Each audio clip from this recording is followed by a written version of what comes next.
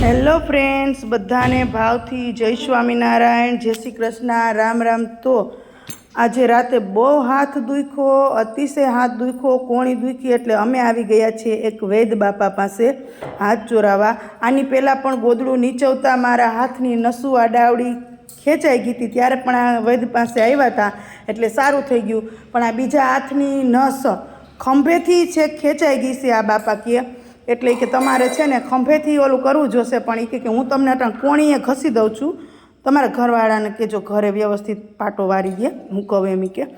એટલે બાપા બિચારા બહુ મહેનતુડા છે અને એને નસની ખબર પડે છે, એટલે જ્યારે મને બહુ તકલીફ પડી જાય ને આડાવડી નસું ખેંચાઈ જાય ને ત્યારે મને બહુ દુખે ને ત્યારે અમે આ બાપા પાસે આવીએ ને એટલે રેડી થઈ જાય। પણ ખબર નહીં હવે કંઈક વજનવાળું કામ કરવામાં કે ગોદડા કપડાં નીચવામાં કે પાછી નસું ખેંચાઈ જાય અને પાછી તકલીફ પડે। એટલે બાપા છે ને કાંઈ નહીં, આપણી ઘરેથી એક વિક્સ લઈ આવવાની, એટલે બાપા છે ને એ એક વિક્સની ડબ્બી હોય ને એ સાધારણ વિક્સ, બહુ સ્ટ્રોંગ વિક્સ આવે એ નહીં, અને અમે તો ઘણી વખત ભૂલી જાય ને તો બાપા બિચારા પોતાની લઈ આવે। એટલે મારી વિક્સ હું લઈ આવીને તો એ ખલાસ થઈ ગઈ હતી, એટલે પોતાની લઈ આવ્યા।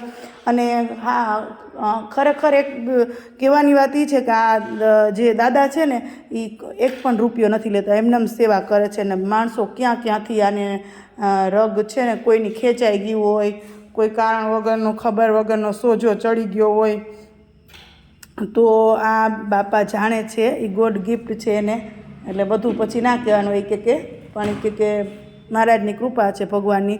પણ હું એક રૂપિયો કોઈનો લેતો નથી કે મને ના પાડી છે કે સેવા કરવાની છે પણ પૈસા લેવાના નથી, એટલે હું લેતો જ નથી કે। એટલે જો આ બાપા મને કહે છે કે તમારે છે ને એ કે સૂવામાં તમારો હાથ છે ને એ માથા નીચે રહી ગયો હોય, અથવા તો એ કે કોઈ એવું વજનવાળું કામ ખેંચીને કર્યું હોય એટલે તમને આ તકલીફ થાય છે કે હું કહું મને કાંઈ ખબર નથી, પણ મારે આજે રાતે તો 12 વાગ્યા પછી તો હું કેટલી રડી આવીશું, અને પછી 1:30 વાગે પણ અસહ્ય દુખવા માંડ્યું, પછી વસંતની નીંદર ઉડી ગઈ, એટલે પછી એને મને કીધું કે આપણે ઓલા બાપા પાસે જઈ આવીએ, નકર પછી ડૉક્ટર પાસે। તો આ દાદાને કીધું ને તો આ દાદા કહે કે ડૉક્ટરનું આમાં કામ નથી, કે ડૉક્ટર તો દુખાન ગોળી દઈ દે બહુ તો, અને આ રગ ખેંચાઈ જાય, રગ આડાવડી થઈ જાય, ચડી જાય રગું, એ બધું છે ને વેદનું કામ છે, જે જાણતું હોય ને એનું, એ ડૉક્ટરનું કામ નથી। એટલે પછી અમે ડૉક્ટર પાસે ના ગયા અને આ દાદા પાસે આવ્યા, એટલે દાદાએ સરસ રીતે એકદમ વિક્સ લગાડી જાજી બધી અને પાટો લગાડી દીધો। મને કહે કે 4 વાગે પાટો ખોલી નાખજો એ કે, અને 4 વાગે પાટો ખોલી અને પછી ગરમ પાણીએથી ધોઈ નાખજો એ કે। એટલે બાપા વાતું કરે ને તો મને હસવું આવે છે કે આ ઘરવાળાને કહે છે કે આને આવી રીતના પાટો વારી દેજો એમ, પણ મેં કીધું એને હરખાઈથી સમજાવી દો, એ હું નહીં વારી દે, મને તો કે ના વારી દે એ કે। એટલે આ બાપાનું બહુ સેવાનું કામ છે, અને મને તો ઘણી વખત આવી રીતના હાથમાં થઈ ગયું છે, પગમાં, ત્યારે હું આ દાદા પાસે આવી છું ને તો મને બહુ સારું થઈ ગયું છે।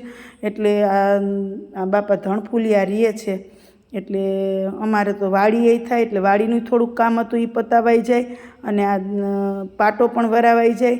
એટલે જો એને પાટો વાર્યો ને તો તરત ફેરે પડવા માંડ્યો અને આમ રિલેક્સ થઈ ગયો હાથ। તો સારું, ચાલો બધાને જય સ્વામિનારાયણ।